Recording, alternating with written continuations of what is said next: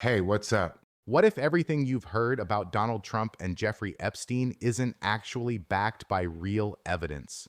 What if the story being pushed online leaves out key facts that completely change the conclusion? This video is not about opinions, narratives, or political spin.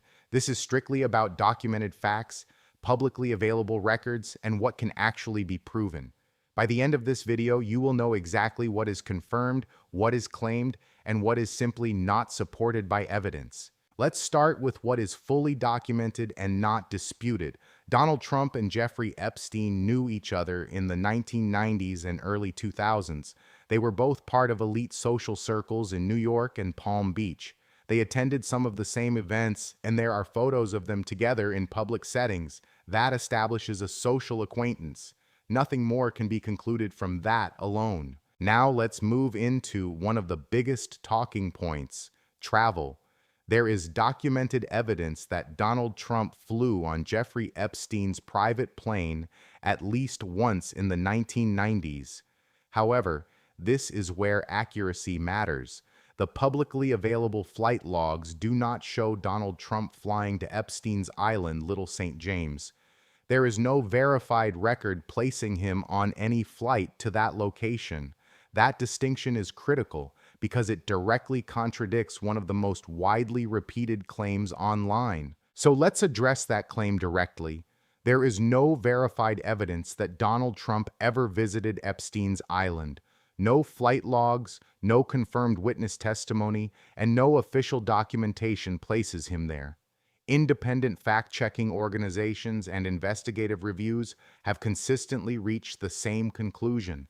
There is no proof that Trump went to the island or participated in any activities there. Now we get to the most serious question. Has Donald Trump ever been accused, charged, or proven to be involved in Epstein's criminal activities? The answer, based on public records, is no. Donald Trump has never been charged in connection to Epstein's crimes. There has been no conviction, no court ruling, and no verified legal finding that ties him to any illegal activity related to Epstein. One of the most important facts in this entire discussion involves testimony from victims. Virginia Giuffre, one of the most well-known accusers in the Epstein case, did not accuse Donald Trump. Her statements have been central to multiple legal cases, and her lack of accusation against Trump is a key detail that is often ignored. Now let's talk about what people refer to as the Epstein files.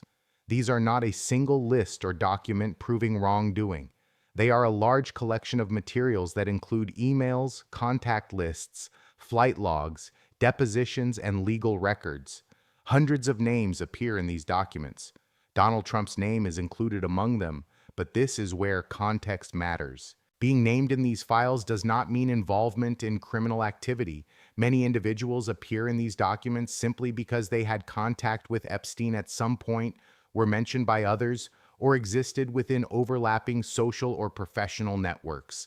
The Department of Justice and investigators have made it clear that most names in these records are not charged with crimes and are not proven to have engaged in illegal activity. There is also a lesser-known but important detail involving cooperation. Bradley Edwards, an attorney representing Epstein victims, stated publicly that Donald Trump provided information during the investigation phase. According to Edwards, Trump was cooperative and willing to speak.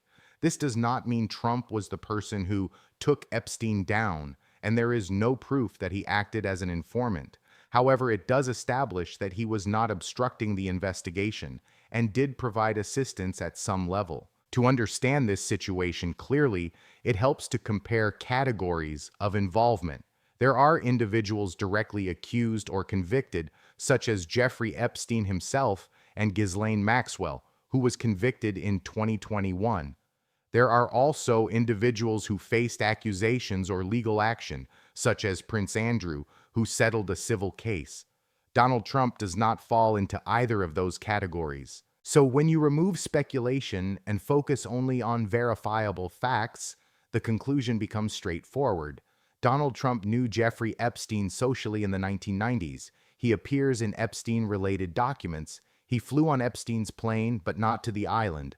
There is no verified evidence he visited the island, no confirmed accusations from key victims, no charges, and no proof of involvement in criminal activity. In a time where information spreads faster than facts, it's easy for narratives to take over. But when you strip everything down to what can actually be proven, the reality becomes much clearer. Facts matter. Opinions are not facts. Evidence matters. And in this case, the documented record tells a very specific story, one that is very different from what many people believe. Thanks for watching. Like and subscribe. Peace!